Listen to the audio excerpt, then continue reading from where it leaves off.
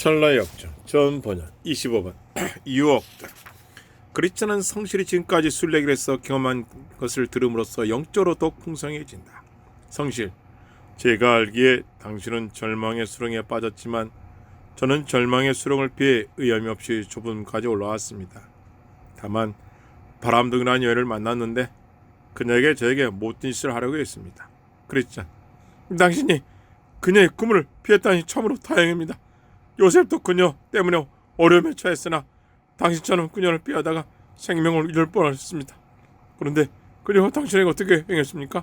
성실, 당신도 어느 정도 알고 계시겠지만 감각을 죽게 하는 그녀의 말은 당신이 생각할 정도였습니다. 그녀는 모든 향락을 약속하면서 제가 그녀를 거절하지 못하도록 만들었지요. 그랬죠. 하지만 그녀가 당신에게 착한 양심에 만족을 주겠다는 약속은 하지 않았는지요? 성실, 제가 말하는 뜻을 아시는군요. 그녀는 온갖 육신과 정력의 만족을 약속해 있었죠. 그렇죠. 당신이 그녀를 피한 것에 대해 하나님께 감사합니다.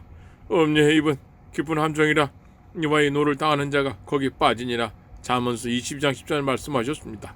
성실, 그렇긴 하나 제가 완전히 그녀를 피한 것인지 아닌지는 잘 모르겠습니다.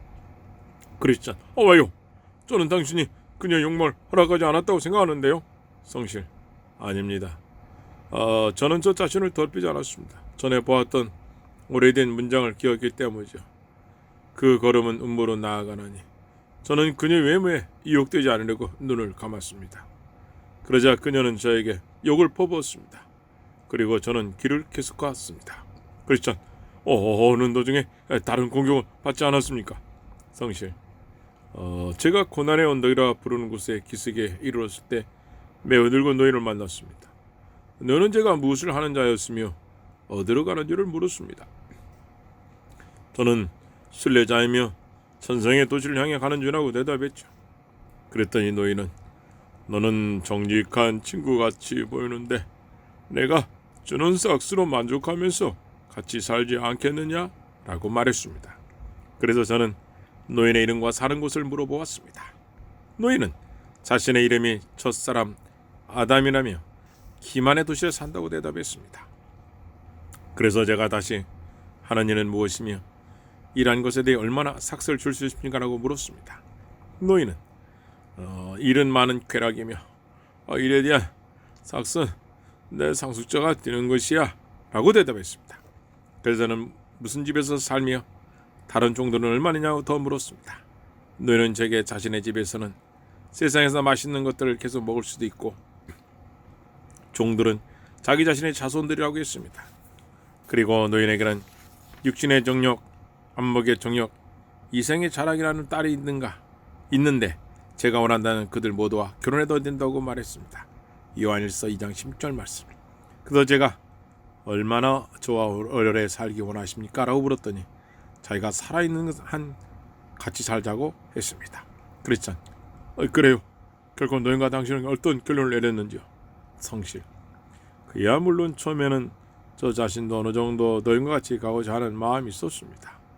노인이 매우 공정하게 말한다고 생각했기 때문이었죠. 그러나 제가 노인과 이야기했을 때 그의 이마에 그의 행위와 함께 옛사람을 벗어버려라 하고 쓰여있는 것을 보았습니다. 크리스찬, 그래서 어떻게 됐습니까? 성실, 노인이 수다를 떨며 무슨 말을 해도 그가 나를 자신의 집으로 데려가서 종으로 팔아버릴 거라는 생각에 내 마음에 불같이 일어났습니다. 그래서 저는 노인에게 말하지 말라고 명령했는데 왜냐하면 그의 집 근처에 가고 싶지 않았기 때문입니다. 그러자 노인이 저에게 욕설을 퍼부었습니다. 제가 가는 길을 방하기 위해서 사람을 뒤따라 보낼 것이라고 말했습니다.